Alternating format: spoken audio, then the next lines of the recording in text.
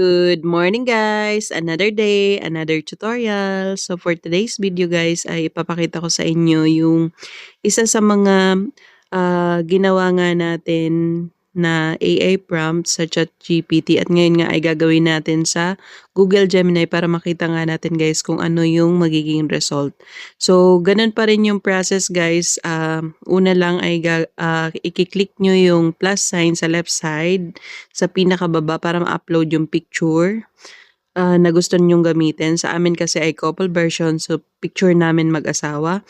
Then next naman dyan guys ay ipipaste ko dito yung prompt na gusto kong gamitin or yung pinagawa natin kay ChatGPT.